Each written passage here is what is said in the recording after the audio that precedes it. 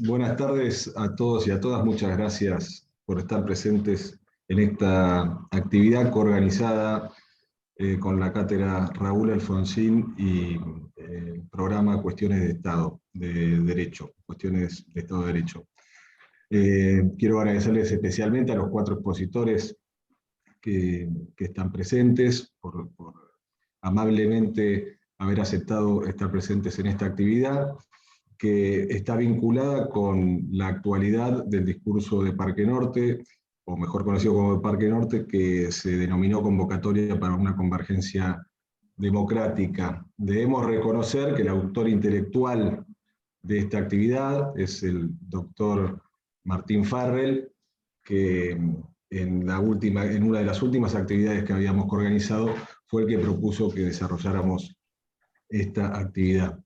Así que sin mayor preámbulo y para no perder más tiempo, los expositores van a hablar entre 10 y 15 minutos y después vamos a abrir esta charla a las preguntas del público. En primer lugar nos va a dirigir la palabra el doctor Martín Farrell, profesor emérito de la Universidad de Buenos Aires y, bueno, como les decía anteriormente, el autor intelectual a quien le agradecemos por la idea de llevar adelante esta actividad. Así que Martín. Gracias, Raúl, muchas gracias por invitarme, muchas gracias por aceptar mi idea. Las palabras de Raúl Alfonsín en Parque Norte me parece que deben analizarse desde una doble perspectiva. La primera es el propósito del discurso y la segunda es el contenido del discurso. El propósito del discurso es muy importante porque explícitamente Alfonsín muestra que su preocupación por modernizar el país va de la mano con su preocupación por la ética. No quiere separar de ninguna manera ninguna consideración eficientista por una parte o modernizadora de las consideraciones morales por la otra. Y este es un rasgo que no aparece por primera vez en diciembre del 85 en el discurso de Parque Norte. Este es un rasgo íncito en la personalidad de Alfonsín. El Alfonsín candidato era la persona preocupada por la moral. Es muy complicado, muy difícil imaginar ahora un candidato con perspectivas electorales fuertes, preocupado por consideraciones morales. Alfonsín tenía esa preocupación. Cuando se le planteaba alguna solución o alguna propuesta, la pregunta de él era, ¿es legal? Y a continuación venía la segunda pregunta, y más importante, ¿es moral? Porque si no es moral, decía, no voy a hacerlo aunque sea legal. Esta preocupación que él tenía en el 83, la sigue manteniendo el 1 de diciembre del 85 en el discurso de Parque Norte. Y lo que él nos propone en sus palabras es, vamos a modernizarnos, pero presten atención, porque no nos vamos a modernizar a expensas de la moral. Él pensaba que la síntesis entre modernización y ética aparecía en la democracia, porque tenía un concepto moral de la democracia. Así entendido, de modo explícito, no tengo dificultades. Él entiende a la democracia también como una tarea moral. De manera que modernizarse en democracia para él era modernizarse respetando las exigencias de la moral. Yo creo que esta es la lección que deja el propósito del discurso. Un presidente que lleva prácticamente 2 años en funciones y está preocupado por no apartarse de las consideraciones morales. Ahora, el contenido del discurso puede analizarse a su vez desde otras 2 perspectivas. Una es la perspectiva ética y otra es la perspectiva de la filosofía política. Es complicado, desde el punto de vista académico, desentrañar cuál es la ética normativa que hay en el contenido del discurso. Porque en realidad hay más de una teoría de ética normativa contenida acá. Por un lado, Alfonsín tenía una estructura de pensamiento deontológico de tipo kantiano. Su preocupación por los derechos humanos es una preocupación deontológica, claramente. Ahí no me cabe duda de que había una influencia kantiana. Y su política de derechos humanos era también una política deontológica.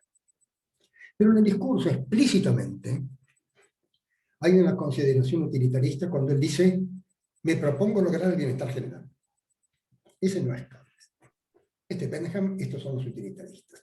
Esto es un rasgo utilitarista en el pensamiento de Alfonsín, que aparece también en el Alfonsín candidato cuando se pregunta cuál es el máximo de personas que puedo llevar a juicio por violación de los derechos humanos. ¿Cuál es el máximo de personas que puede soportar nuestra estructura como sociedad? Esta preocupación, la preocupación consecuencialista, no es una preocupación deontológica, pero a su vez, llevarlos a juicio, respetar sus derechos y conseguir que sean castigados es una preocupación deontológica. Entonces tenemos aquí una confluencia de dos preocupaciones morales. No siempre son compatibles, pero muchas veces convergen. Una preocupación kantiana por el respeto de los derechos y una preocupación utilitarista por el respeto del bienestar general. La filosofía política es más fácil de entender, porque es unívoca. Acá hay una clara filosofía política y si bien depende de alguna manera de una ética deontológica, de cualquier forma se puede independizar y considerar por separado. Me parece que acá es un discurso típicamente rawlsiano. Alfonsín admiraba a Rawls. No admiraba a Rawls de oídas. Alfonsín leía a Rawls. Alfonsín estudiaba a Rawls. Alfonsín escribía sobre Rawls. Estaba realmente impresionado por el pensamiento del libro de Rawls, Teoría de la Justicia. Ese es el Rawls que él manejaba, el primer Rawls, el Rawls de la Teoría de la Justicia. Estaba preocupado por eso. ¿Por qué? Pues creo que tocaba una fibra sentimental de él muy importante, que recoge la teoría rawlsiana. La preocupación por los menos aventajados. La preocupación por los peor situados. Esa es una preocupación alfonsinista que aparece a lo largo de toda su carrera y aparece también recogida en el discurso. La idea de que los peor situados tienen un derecho de veto antes de que puedan producirse ventajas para los más aventajados es una idea absolutamente grata al pensamiento de Alfonsín. Por eso a mí me parece que lo que hay aquí es una filosofía política rawlsiana, que él vuelca ¿de qué manera? ¿Cómo incorpora la perspectiva rawlsiana al discurso? A mi juicio, con la idea de la solidaridad. El discurso es una muestra de ética de la solidaridad. Él usa la palabra expresamente, eso es, después la desarrolla en el contenido del discurso. Muchas veces se reprocha al utilitarismo que no toma en cuenta la separación entre las personas, pero la teoría de Rawls lo que hace, me parece, es también tomar en cuenta algo que los utilitaristas siempre tienen presente: la unión entre las personas.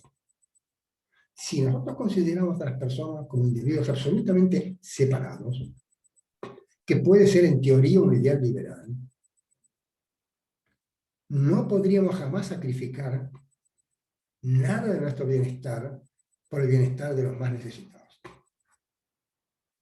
De manera que el utilitarismo lo que tiene en cuenta es también que vivimos en una comunidad y que hay que hacer comparaciones interpersonales de utilidad. Estas comparaciones interpersonales requieren que distingamos entre nosotros y las demás personas, pero de la misma comunidad. Y esto puede expresarse, me parece, con la idea de solidaridad. Se supone que tenemos que sacrificar algo de nuestro bienestar, que tenemos que sacrificar algo de nuestra riqueza para beneficiar a otros integrantes de la comunidad. ¿Por qué? Porque somos solidarios. Esta es la idea de filosofía política que está atrás del discurso, la solidaridad. Cuando existen desigualdades sociales, la única manera de mantener la cohesión social libre de malicia es la solidaridad, que todos formen parte de una misma empresa. Y esa es la idea rawlsiana. Rawls, recuerden, no proponía una sociedad igualitaria. Lo que sí proponía es una sociedad en la cual las desigualdades sociales y económicas, porque no había desigualdades políticas, redundaran en beneficio de los peores situados. Esa es la idea que yo creo que recoge Alfonsín. Es una solidaridad mutua. El mejor situado sabe que parte de sus ganancias tienen que derramarse hacia los peores situados. No por vía voluntaria, no por vía de la caridad. Los peores situados no dependen de la caridad de los más aventajados. Los peores situados tienen derecho a parte de los recursos de los más aventajados. Esa es la idea rawlsiana, esa es la idea que recogía Alfonsín. Una política tributaria que gravara a los mejor situados y permitiera un efecto de derrame respecto de los individuos menos aventajados. Una sociedad a la vez desigualitaria, pero solidaria, donde todos estuvieran mejor después de la redistribución de recursos. Esa es una idea que requiere a su vez, por supuesto, modernización. Pero eso es de lo que él avisa, él advierte, él previene al comienzo del discurso. Modernización con ética, modernización con moral. Lo que está pensando es una sociedad donde crezca el producto bruto con un sentido solidario.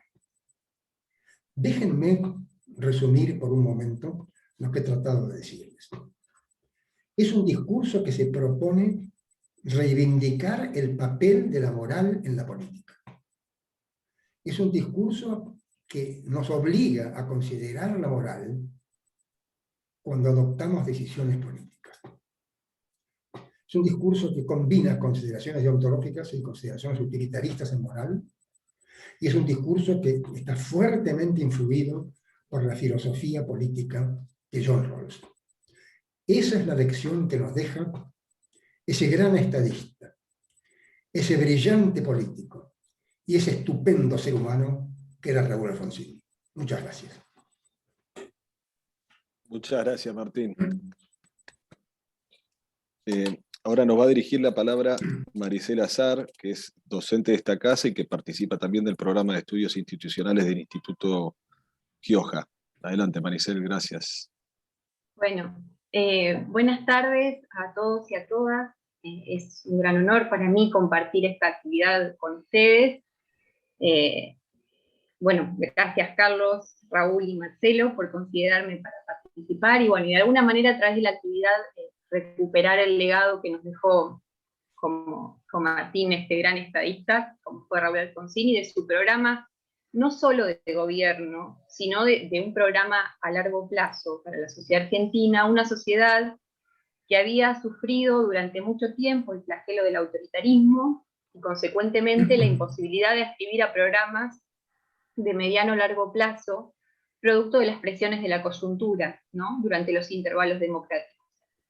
Yo creo que este discurso refleja de alguna manera el horizonte que Alfonsín tenía en miras y que es superador de un programa de gobierno. Por eso es que quisiera hacer una especie de interpretación y sistematización de los principales ejes del discurso de Alfonsín para finalmente analizar la actualidad y los interrogantes que pueden emerger y a partir de ellos, bueno, convocar al diálogo y la reflexión desde una perspectiva más que nada institucional. Yo creo que el gobierno de Alfonsín enfrentó grandes desafíos. Por un lado, la reconstrucción o la refundación de una comunidad después de violaciones atroces a los derechos humanos, y por el otro lado, la reconstrucción de una práctica constitucional, de modo de acercarlas a exigencias de legitimidad objetiva. Esto quiere decir a los principios valorativos, ¿no?, justificatorios de una democracia liberal. Y por el otro lado, la necesidad de que estas prácticas determinen actitudes de lealtad de los integrantes de la comunidad para garantizar su estabilidad. Y de esa manera ponerle fin a las sucesivas rupturas institucionales que tuvieron lugar a lo largo del siglo XX. En este marco es que resulta comprensible, digamos, que el tema común de los discursos del presidente Alfonsín sea el consenso, entendido como un acuerdo de voluntades en torno a objetivos y principios comunes. Y si nos preguntáramos sobre la insistencia detrás de Alfonsín, digamos, podríamos afirmar que el presidente estaba convencido que era necesario poner fin al enfrentamiento entre los diversos sectores sociales, que no podía superarse a través del acuerdo sobre ciertas reglas básicas para canalizar sus desacuerdos, lo que conducía a una desintegración social y la inestabilidad básicamente del sistema institucional. Entonces, para consolidar la democracia era necesaria la vigencia del constitucionalismo, era necesaria la formación de un amplio consenso. Pero a su vez, en este discurso, yo creo que a lo largo de los sucesivos discursos de Alfonsín se distinguen diferentes niveles de consenso. El primer nivel de consenso que Alfonsín proponía estaba dado por la aceptación de todos los actores políticos de las reglas de juego básicas del sistema democrático, del Estado de Derecho y el respeto por los derechos humanos. Un pacto que tenía que abarcar el más amplio espectro de los grupos sociales y políticos, porque resultaba naturalmente compatible con los intereses e ideologías de todos ellos, y así romper con una lógica del pretorianismo de masas que resultaba disruptiva en términos institucionales y consecuentemente terminaba perjudicando a todos. Entonces, la aceptación de la democracia como medio para resolver estos desacuerdos, que emergen en contextos de pluralismo social, implicaba a su vez la exclusión o la limitación de acudir a mecanismos de presión política y social para restringir la capacidad de acción de un gobierno electo por la mayoría para la implementación de las políticas que considera adecuadas. Por otro lado, el segundo nivel de acuerdo, que tal vez se ve más en este discurso, era un poco más ambicioso en cuanto al contenido y un poco más difícil de alcanzar en un contexto de pluralismo social, porque este segundo nivel de acuerdo estaba dado no solamente por el respeto a ciertas reglas básicas, sino lograr el consenso en torno a un modelo de cooperación social. Y como señalaba Martín, la materialización de este modelo era instrumentalmente conveniente porque contribuía de alguna manera a consolidar el sistema democrático y el Estado de Derecho. Este modelo de sociedad propuesto por Alfonsín estaba integrado por tres componentes fundamentales: la democracia participativa, la ética de la solidaridad y la modernización del Estado y las estructuras sociales. En cuanto al primero de ellos, la democracia participativa, entiendo que Alfonsín la concibe como una profundización de la democracia directa, una profundización, de la democracia clásica, es decir, a las características propias del sistema de gobierno había que profundizarlo mediante algunos procedimientos de democracia directa, y ello no solo porque la misma justificación moral de la democracia debe llevarnos a profundizar los mecanismos de intervención de los potenciales afectados por las decisiones que se toman, sino porque la profundización también tiene un valor instrumental. ¿Cuál era ese valor? Básicamente, superar la alienación de poder que gran parte de la sociedad argentina tenía, esto es, la percepción del gobierno como algo ajeno a la vida cotidiana, lo que conducía a una división tajante entre gobierno y sociedad y de alguna manera generaba cierta indiferencia frente a los ataques a las instituciones y la apatía política. Entonces, la propuesta de superación consistía en promover la participación directa de la ciudadanía, que a su vez generara un sentimiento valioso de propiedad y familiaridad con el gobierno. Esto creo que encuentra base en el pensamiento político republicano, ¿no? y en esta idea de promoción de la virtud cívica. Sabemos que según la tradición política republicana era imprescindible para el mantenimiento de la libertad política contar con el compromiso cívico de la población. El segundo aspecto esencial del modelo, ya Martín trató con profundidad, estaba dado por la ética de la solidaridad. En este punto, la exigencia básica a la que se aspira es la vigencia de un mínimo de ética en las relaciones sociales, y de algún modo limitar la persecución del autointerés en pos del bienestar colectivo y del respeto básico de los derechos del otro. La ética de la solidaridad entiendo que implicaba una interpretación amplia de los derechos humanos, según la cual los derechos no se violan solo mediante actos positivos, sino también por la omisión de proporcionar a la gente recursos suficientes para desarrollar una vida digna y autónoma. La síntesis, o sea, era una síntesis básicamente de las principales ideas del liberalismo y el socialismo. Pero no, el liberalismo igualitario, cuyo exponente era John Rawls, ¿no? No busca una distribución igual de la libertad, bueno, esto ya lo señaló bien Martín, sino una distribución igualitaria de la libertad, a fin de otorgar mayor autonomía a los menos autónomos, o a los desfavorecidos de la lotería natural. Esto no tiene modelos previstos, digamos, y creo que esto es lo que de alguna manera marcaba Alfonsín, y de supeditar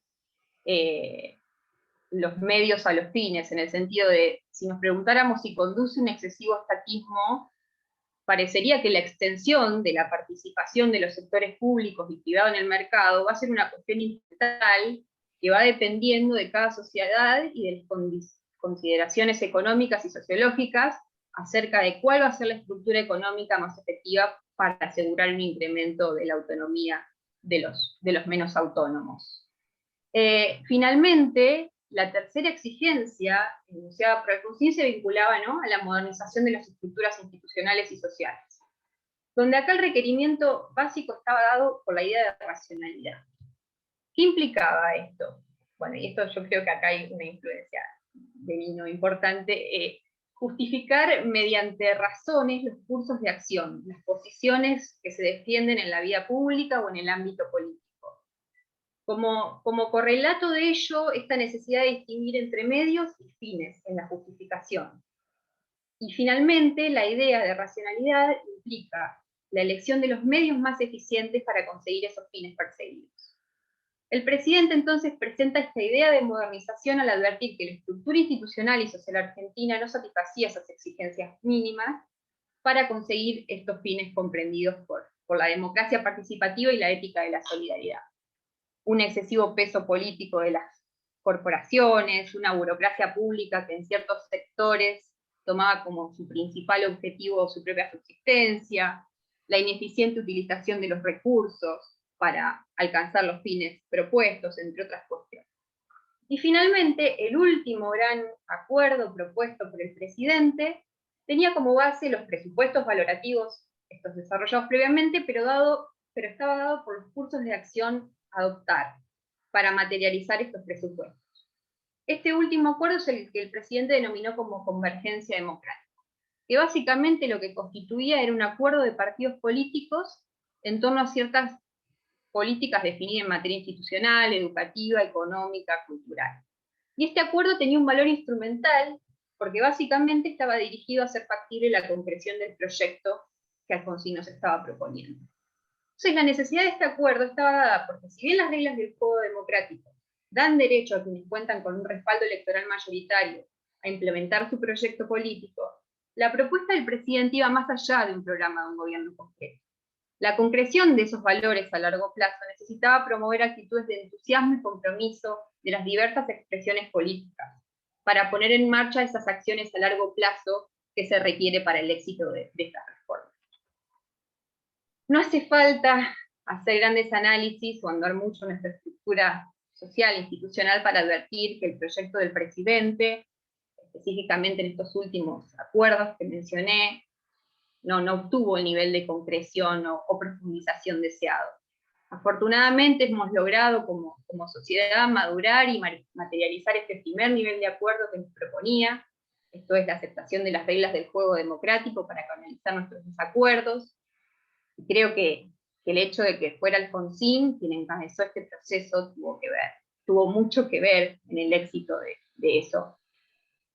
Sin embargo, lamentablemente no podemos afirmar que logramos este modelo de cooperación social con base en este tríptico, ¿no?, que el presidente nos proponía, por lo que la propuesta, como decíamos al inicio, tiene una plena vigencia, y creo que también configuran los objetivos que debieran inspirar el debate racional que tenemos que dar como sociedad en el corto plazo. Desde luego que un presupuesto necesario para que este debate racional se lleve a cabo consiste en superar la irracionalidad del faccionalismo, esta a la que tanto les temían los federalistas, ¿no? De la lógica amigo-enemigo, de aceptar que la democracia implica comprender que el debate democrático no consiste en un enfrentamiento entre intereses crudos, sino en aceptar en primer lugar el pluralismo de concepciones sociales y no prejuzgar acerca de su validez, sino ponerlas a prueba mediante un debate abierto y racional. Si nos detenemos... Perdón, Maricel, ya estás en tiempo, podés ir redondeando, disculpa la interrupción. Sí, ya termino. Si nos detenemos en lo que nos enseñaba Alberdi, ¿no? Las constituciones o las prácticas desarrolladas por una comunidad política deben servir para atender a las necesidades políticas o intereses vitales de cada tiempo.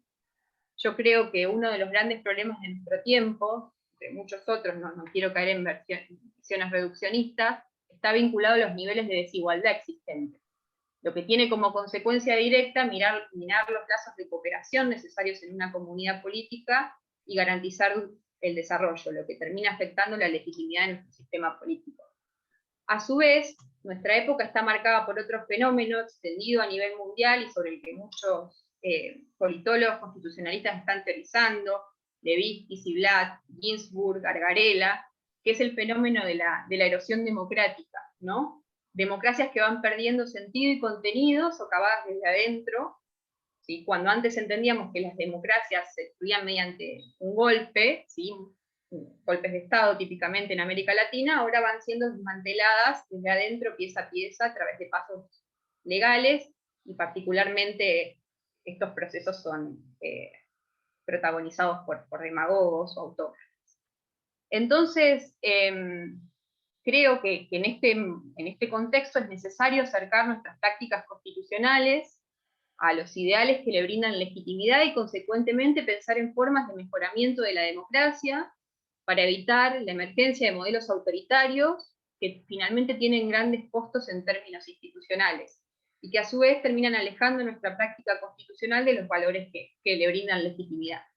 Este pretorianismo de masas que marcó gran parte de nuestra historia institucional a lo largo del siglo XX, y cuya superación fue uno de los grandes objetivos de Alfonsín, y con él la sociedad argentina toda procuró alcanzar, ¿sí?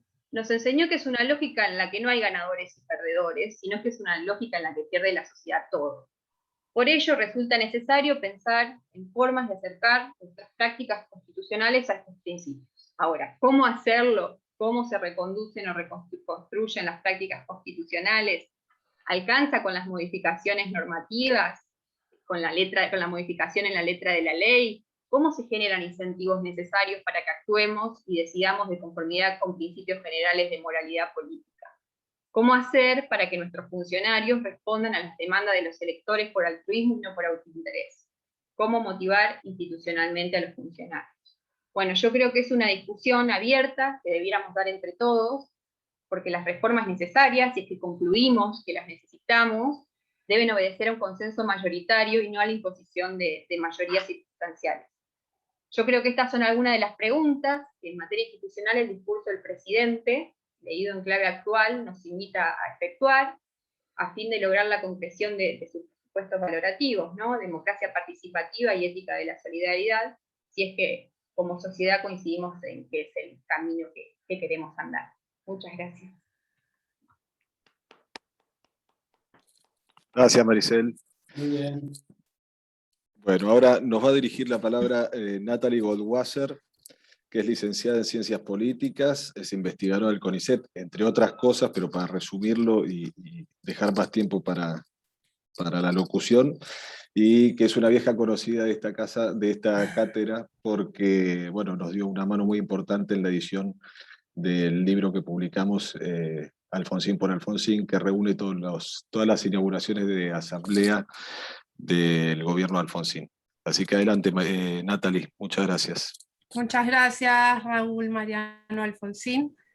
Buenas tardes a todos y a todas, a la audiencia que está del lado de YouTube, a los que estamos aquí, especialmente a Marcelo Alegre, a Carlos Masvélez, y a los oradores y oradoras, Larriqueta, Azar y Farrell, gracias por estar acá. Yo, justamente porque hay que respetar los 10 minutos, voy a hacer una presentación junto con un PowerPoint que voy a pasar a compartir ahora mismo. Un segundo, por favor. Y he sido breve en ello, así que yo ahora no los veo, pero veo el PowerPoint para que lo vean. ¿Se ve en pantalla completa? Sí. Perfecto. Se ve bueno, perfecto. El título de mi ponencia es Al fin Alfonsín se puso de moda, una interpretación indiciaria. Les pido que tomen el concepto moda no como la Vulgata suele relacionar, sino a partir de la definición que voy a darles. Una posible definición no banal de ponerse a la moda implica remitir al pasado mediato como inmediato para diagnosticar un presente en vistas de un estado de situación futura que se pretende al cabo convertir en costumbre. Parece una banalidad, pero Alfonsín como estadista está actualmente de moda. Entonces la moda, no en su cristalización como puede ser la indumentaria, el ornamento, el adorno, sino moda como aquella fuerza que al interior de un discurso, de una acción, apela al pasado para contrarrestar la tradición a través de la introducción de una innovación de lo nuevo que, si es moda, debería convertirse en una práctica cotidiana. El discurso de Parque Norte en 1985 tiene todas esas cualidades y pasaré a demostrarlo, ya que su alocución está atravesada por la idea de modernización, mencionada aquí por el doctor Farrell, que por cierto la palabra moda deriva de esa palabra modernización, que está reiterada por Alfonsín en las más de 40 páginas de su exposición en Parque Norte. La introducción de una moda implica un ser y un parecer, tal como emitió Alfonsín. Cito: he procurado en todo sentido no solo ser, sino también parecer el presidente de todos los argentinos. Fin de comillas. Es que su postura nunca negó el pasado, más bien describió y explicó la patología para que su articulación con el diagnóstico del presente tenga un resultado en el futuro, como dije, en una costumbre, es decir, en una ética de la solidaridad, en un sistema democrático estable, aunque a sabiendas que la propuesta de Alfonsín iba a tomar muchos años para que sea adoptada como tal, para que deje de ser una moda discursiva y pase a ser una habitud. Este ser y parecer también se repite en otro párrafo. Cito: puede decirse que todos los intentos de revivir la democracia habidos hasta ahora en el último medio siglo han fracasado, en gran medida porque se encaraba la tarea simplemente como un modo de manipular situaciones objetivas, desatendiendo la mentalidad, la interioridad cultural de la gente. Se daba por sentado que las expectativas naturales de todos, o la inmensa mayoría de los argentinos, eran democráticas, y que si resultaban frustradas por el devenir histórico concreto del país, era porque factores invariablemente exteriores a la mentalidad popular imponían por la fuerza soluciones antidemocráticas. Fin de la cita. Este parecer democrático cumple con la frustración de una tradición que siempre tuvo soluciones antidemocráticas. En este sentido, la transitoriedad y trascendencia del contenido del discurso del presidente Raúl Alfonsín es uno de los elementos propios de un intento por poner a la moda lo que se proyecta en su propuesta política. Su discurso, mirando la actualidad, fue exitoso por los valores que allí logró plasmar. A diferencia de lo que observa Alfonsín respecto de las revoluciones industrial y democrática, él pretendió una revolución no violenta, subrepticia, con la pluma y la palabra. Veamos nuestra hipótesis, el pasado analizado. Para eso tenemos que deconstruir su discurso, esto es, encontrar los indicios, no leerlo en forma lineal y evolutiva, sino clasificarlo, desandarlo, para poder cooptar el pasado, el presente y el futuro que avisoraba. Tenemos que anotar que, perdón, se escucha un eco, perdón. tenemos que anotar qué interpretación le da al pasado, a lo antiguo, a lo acostumbrado, vetusto, en la lectura que Alfonsín hace de la historia. Lo antiguo lo concibe en relación a la concepción asociada a las derechas tradicionales que tienden a juzgar el orden social como un valor absoluto y suficiente, y a calificar al disenso y sobre todo al conflicto como eventualidades negativas e indeseables por principio. Para Alfonsín, el primer paso concreto para una construcción de una sociedad futura, moderna y modernizante, es abrirse y convertir, cito, la vieja sociedad cerrada en una sociedad abierta y plural. El ejercicio pleno de los derechos ciudadanos, las libertades individuales y la solidaridad social constituyen la base sobre la que se empieza a levantar el edificio de la sociedad moderna. Los nuevos valores de la comunidad argentina, la tolerancia, la racionalidad, el respeto y la búsqueda de soluciones pacíficas a los conflictos hacen posible un tránsito sin traumas de la sociedad autoritaria a la sociedad democrática, decía en el discurso de Parque Norte. Y de nuevo aquí la transitoriedad, esa mirada del pasado al futuro, se puso en juego en este discurso realizado en 1985. Otro diagnóstico, otro elemento interpretativo que hace del pasado es acerca del, cito, agotado modelo de país agroimportador y superada la etapa de la sustitución de importaciones. Para ello, concibió un futuro en el que la Argentina, cito, debe de proponerse un proyecto de desarrollo que le permita escapar tanto de la marginalidad como del criterio de la complementariedad subordinada, fin de las comillas. El pasado es una subordinación del presente sobre nuestra historia, dijo Alfonsín. La moda nunca es un igual a sí mismo, siempre implicó e implica la transformación. Por eso hay que hacer caducar parte de ese pasado añejo, antiguo, vetusto, e introducir una novedad, una innovación. Si esto no sucediera en su discurso, estaría repitiendo viejas fórmulas de divisoria y enfrentamiento entre bandos. Menciona a unitarios y federales, causa irigoyenista y el régimen, entre conservadurismo y radicalismo proscripto, entre el peronismo y el antiperonismo, lo que en la actualidad sigue siendo como presente la grieta. Así, y para finalizar este apartado sobre la lectura de Alfonsín, el pasado aduce y observa que, cito, heredamos un país que marginó de una vida social plena a los argentinos. Estos se habían acostumbrado a defenderse buscando refugio en la privacidad de los ámbitos más cercanos de su vida cotidiana. La moda es un discurso que desarregla la costumbre y pretende convertir en hábito una novedad.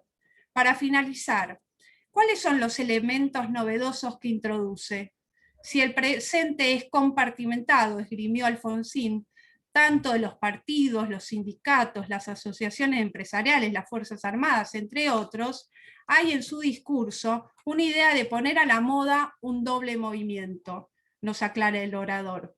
Movimiento que permite primero afianzar la esencia de la democracia que posibilita la participación. Este presente, no obstante, no puede ser petrificado. A los ojos de Alfonsín debe trascender ese círculo de lo inmediato, no se contenta con lo que tiene, quiere progresar, ansía encontrar caminos de integración social, busca espacios que le permitan ampliar su vida personal y está dispuesto a realizar los esfuerzos necesarios para lograrlo. Fin de cita. En este sentido, entonces, de este modo, el tránsito que propone es sin traumas. Es un tránsito hacia una rutina y un hábito entera y esencialmente democrático. Para ello, introducir una moda política implica que el discurso que se emite ayude a que las rutinas democráticas se conviertan en hábitos queridas, compartidos por la ciudadanía.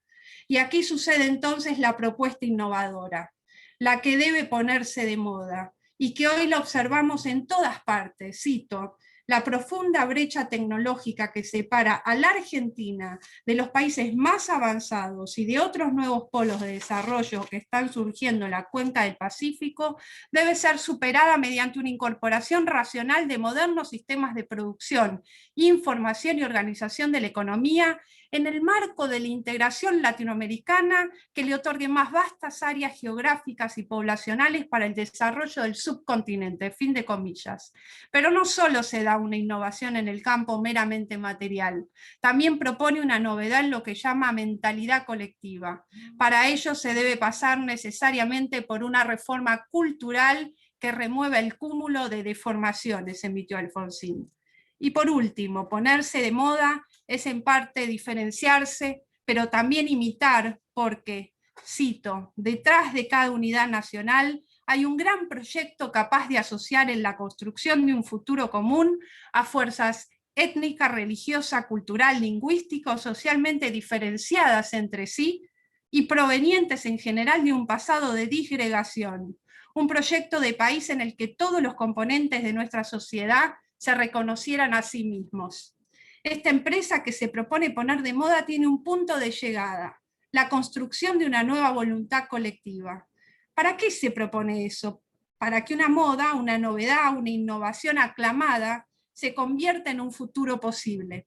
El futuro es una sociedad democrática participativa, solidaria y eficiente que se ponga de moda, y es por eso que se debe desnaturalizar el utilitarismo individualista clásico, rechazar como mera ideología por los varios mesianismos decimonónicos y correr el riesgo de una ética nueva, ya no un mero ejercicio escolástico o antropológico, ya no un simple recetario catequístico de las buenas y malas acciones, sino una novedad que hoy se repite hasta el cansancio, la ética de la solidaridad, y no solo la búsqueda de igualdad, sino de la equidad. Equidad que aún no es parte del discurso hegemónico, del discurso que debe imponer una innovación, y que Alfonsín menciona 3 veces en su discurso. Cito: la ética de la democracia se basa en una idea de la justicia como equidad, como distribución de las ventajas y de los sacrificios con arreglo al criterio de dar prioridad a los desfavorecidos, aumentando relativamente su cuota de ventajas y procurando disminuir su cuota de sacrificio. Fin de la cita. La modernización que se impulsa no puede estar al margen de estos reclamos éticos. ¿No hay aquí una actualidad por una mejor redistribución de la riqueza, como decía el doctor Farrell?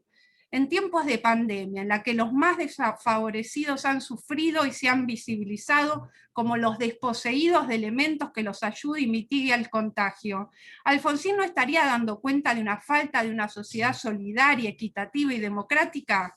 ¿Estamos ante la posibilidad de afirmar que al fin Alfonsín se puso de moda? El panorama aún no perfecciona y pone en práctica lo que hace más de 30 años avisoró para nuestro país. Muchas gracias. Espero haber cumplido con el tiempo previsto.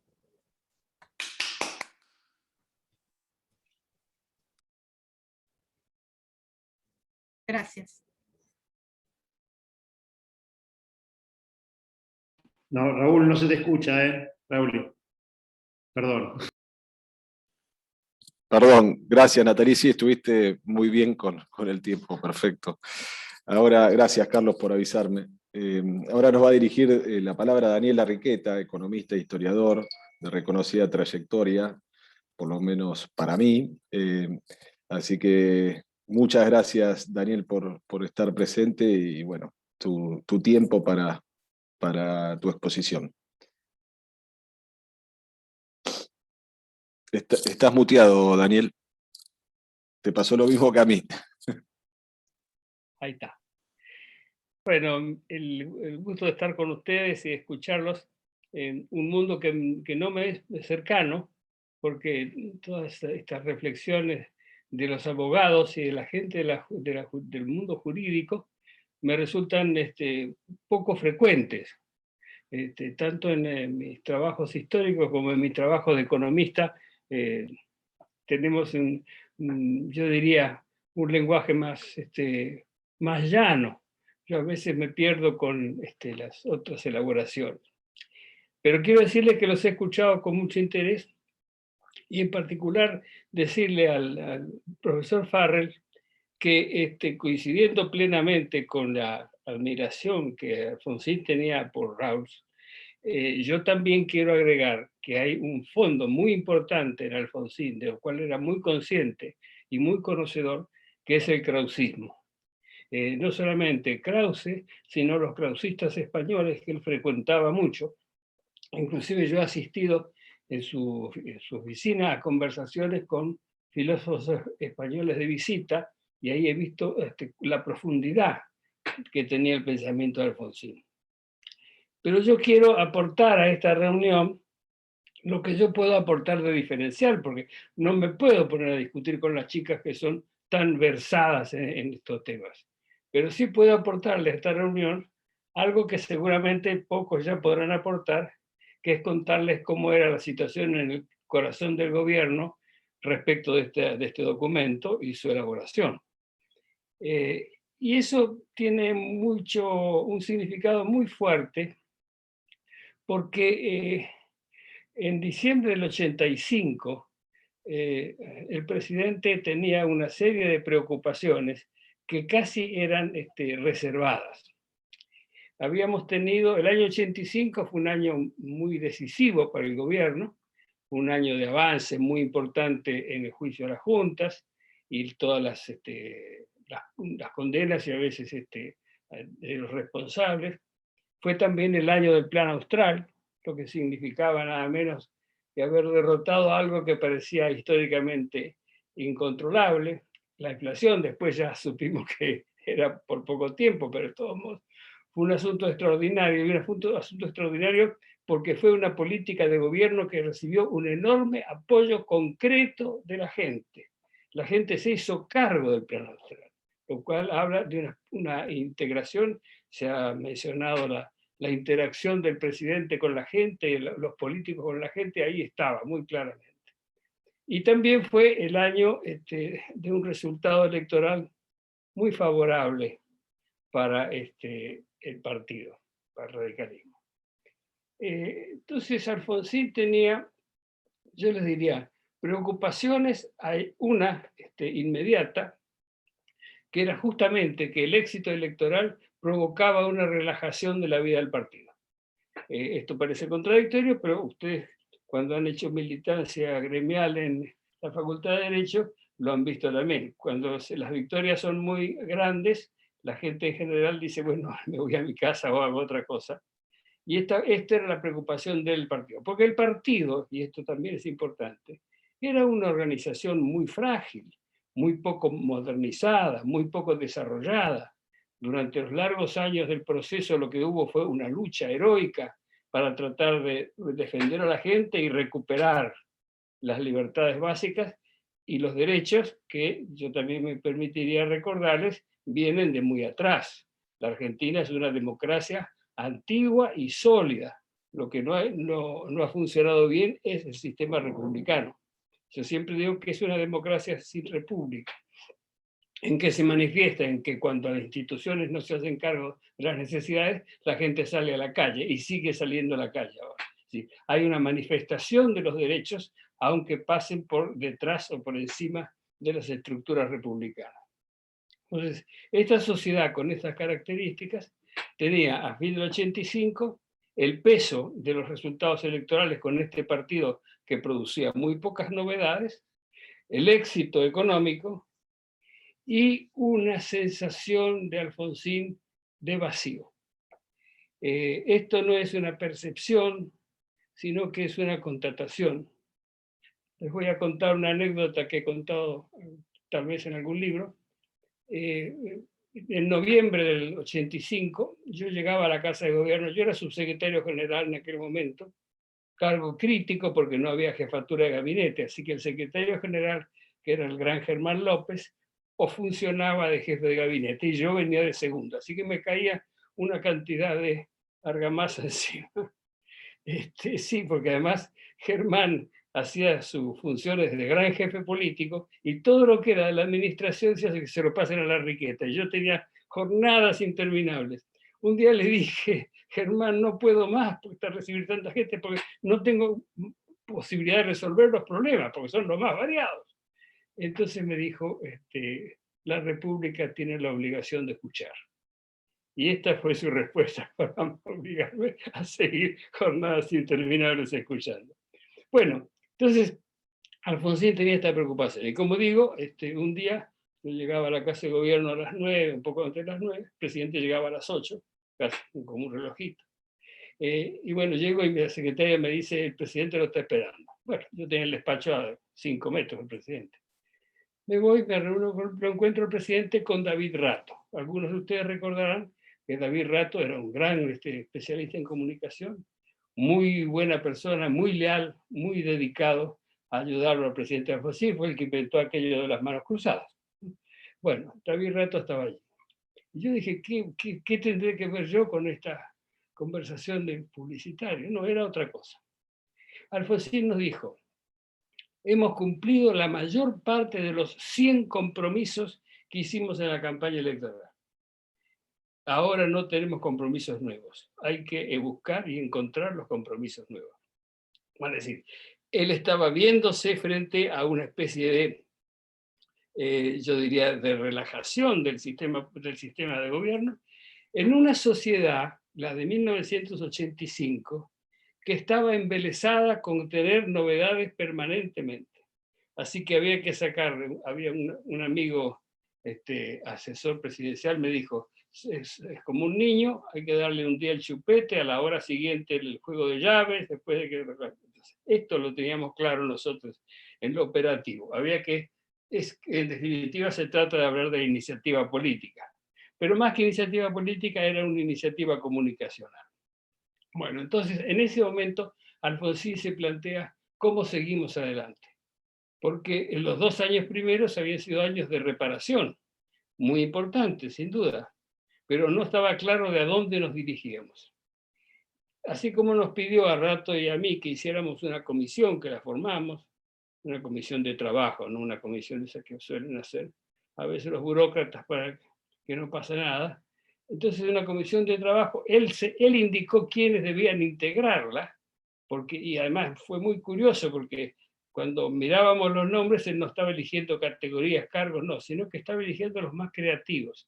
Algunos ministros, otros directores, todos los más creativos para hacer el diseño.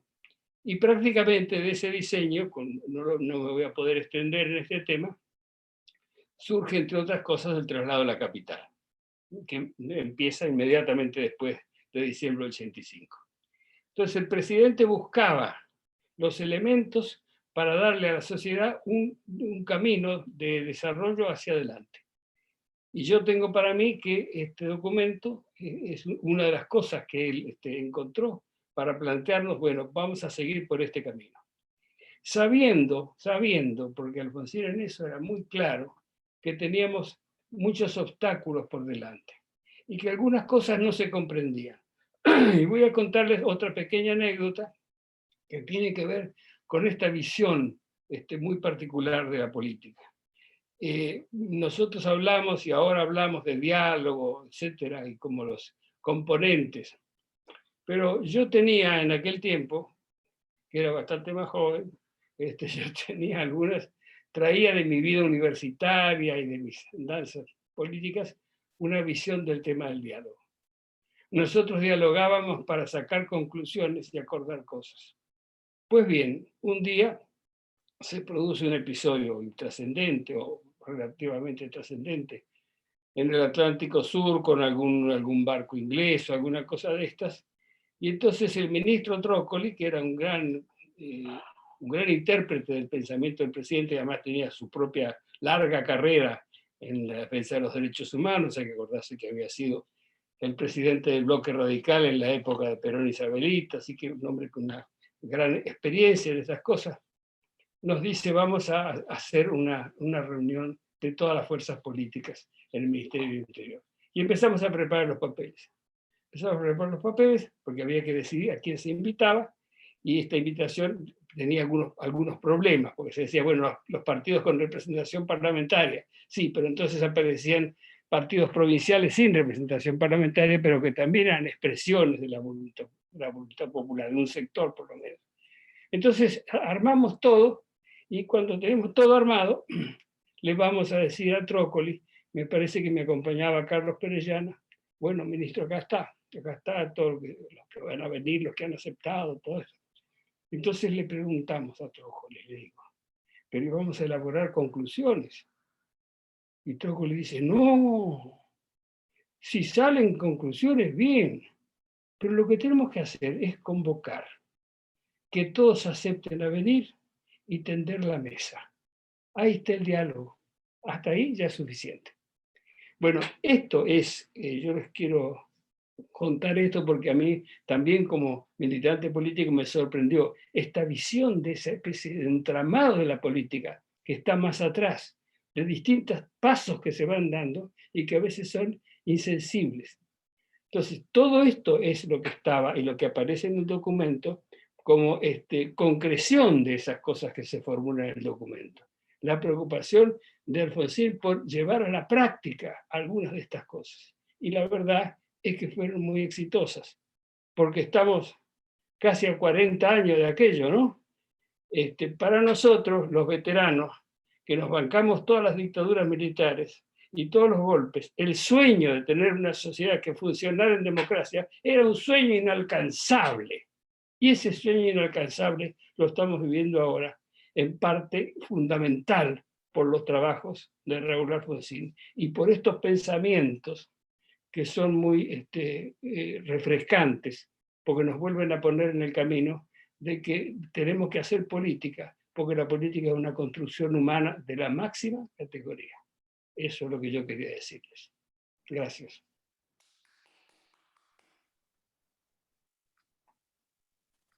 Gracias, Daniel. Bueno, ahora abrimos a preguntas. Ahí está Marcelo Alegre.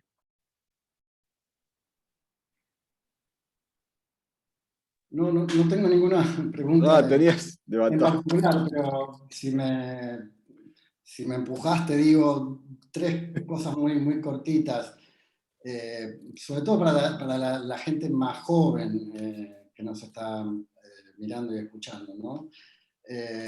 Aclarar algunas cosas, por ejemplo, que sus discursos eran suyos, es decir, que Alfonsín leía y corregía palabra por palabra cada discurso que leía y que pronunciaba. Eso me consta porque yo era un jovencísimo estudiante que formaba parte del equipo de Carlos Nino, que era uno de los que le aportaba ideas, etc. Y a veces se nos deslizaba alguna expresión no feliz. Y me acuerdo una vez que Nino estaba furioso con nosotros porque Alfonsín se había puesto furioso con él, porque un párrafo empezaba con la frase flaco favor. Con una cosa de vieja o de mal gusto, etc. O sea, leía palabra por palabra. Eso es muy importante porque las ideas de Parque Norte son ideas que él hace suyas, ¿no? Abrevando en distintas fuentes, pero son sus ideas. La otra es que era realmente un dirigente político extraordinariamente culto y actualizado, ¿no? Y eso era incluso antes del 83. Yo acabo de recibir este libro con artículos y textos de Alfonsín de la década del 60 y el 70, y ahí ya se mostraba como un hombre muy formado filosóficamente, muy al tanto de las corrientes más novedosas y progresistas, y alguien que tenía una concepción ya muy profunda de los distintos temas, ¿no?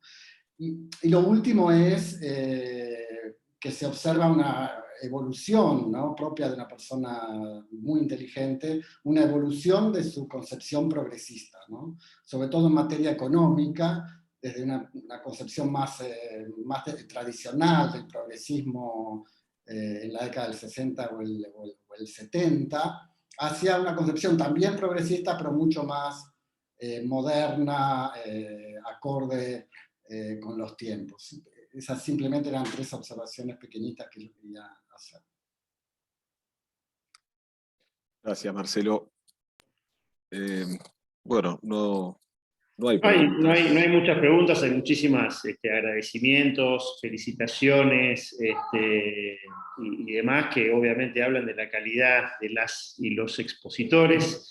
Creo que es digamos, el objetivo que nos habíamos propuesto con las invitaciones y la conformación del panel, yo siento que se cumplió, es decir, desde una mirada de la filosofía política, desde una mirada intergeneracional, desde las vivencias de quienes lo convivieron y pudieron compartir momentos tan significativos como fueron esas épocas de la consolidación y de la recuperación democrática. Bueno, un poco ese era el espíritu, obviamente no se pueden en un panel de estas características tal vez contemplar todas las dimensiones, pero bueno, creo que el objetivo que nos habíamos propuesto se cumplió y obviamente en una buena o en casi toda medida, gracias a la calidad de las exposiciones, así que quiero agradecerles una vez más a Martín Farrer, a Maricela Azar, a Natalie Goldwasser, mi amigo Daniel Larriqueta, que hace tanto no lo veo personalmente, al menos lo veo por la pantalla, por su visión, por sus reflexiones, por sus aportes, y en definitiva porque, bueno, en este propósito inicial que teníamos de decir, bueno, analicemos esto que planteaba Natalie, ¿no? de Alfonsín, por suerte se puso de moda, esto de remitirse al pasado para diagnosticar el presente, nos decía, bueno, la actualidad de ese mensaje, de esa convocatoria para la convergencia democrática que hacía hace algo más de 35 años. Daniel hacía una salvedad que me parece interesante, obviamente, hoy tenemos consolidada la democracia, en gran medida por los esfuerzos colectivos, que si se quiere, Alfonsín expresó como un emergente, de una demanda social, pero por supuesto, de lo demás, de los desafíos que él planteaba en esa convocatoria, del propósito, como planteaba el doctor Farrell al inicio, todavía quedan muchas cuentas pendientes, ¿no? Evidentemente, esa construcción de lo colectivo, sobre la base de la solidaridad, sobre el entender a la democracia como el valor que le asigna al sistema democrático el pluralismo, ¿no? El respeto por el otro, por el disenso, valores de un sistema democrático que están, a mi entender, en crisis y que requieren de profundas transformaciones culturales, ¿no? También en la vida institucional. Él hablaba de esa empresa colectiva que involucraba, bueno, la dirección política y el rol del Estado, el sistema de partidos y obviamente a los grupos, personas, decía él, pero que hoy podríamos decir el mundo del trabajo, de la producción, la sociedad civil, que hoy tiene un papel muy interesante, digamos, como aporte a la reflexión y a la mejora del sistema y a las transformaciones del sistema, bueno, que requería de un compromiso colectivo sustentado en la ética y en la solidaridad. Me parece que ahí todavía queda mucho por hacer y creo que, bueno, perdón que me tomé una pequeña licencia para compartir una sensación, si se quiere, no sé si llega a ser una opinión o una reflexión, pero una sensación que me dejó o que me provocó el releer el discurso y el escucharlos a ustedes, y que a su vez funciona, y espero que le pase a los demás, que nos funcione de estímulo, para entender que todos tenemos un papel que cumplir para poder lograr o para poder cumplir o acceder a esos objetivos con los que nos invitaba a soñar aquel Alfonsín hace más de 35 años. Me parece que eso, insisto, es un objetivo transversal, no es un objetivo del que nadie sea dueño, y creo que el mejor legado que nos dejó ese gran estadista, como dijo el doctor Farrell, que para mí también fue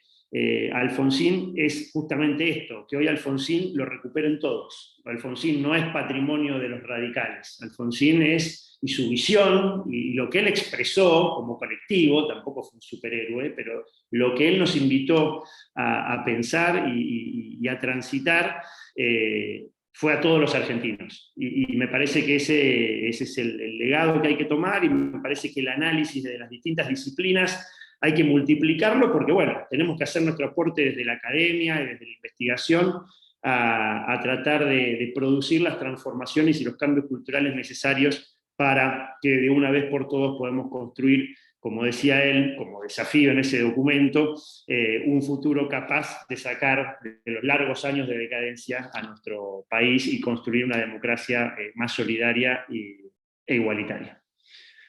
Gracias a todos, a todas. Bueno, Marcelo, Raúl, los dejo si quieren, para despedirse. Así que bueno, yo les agradezco a todos y a todas participantes y por supuesto a los expositores por este gran encuentro.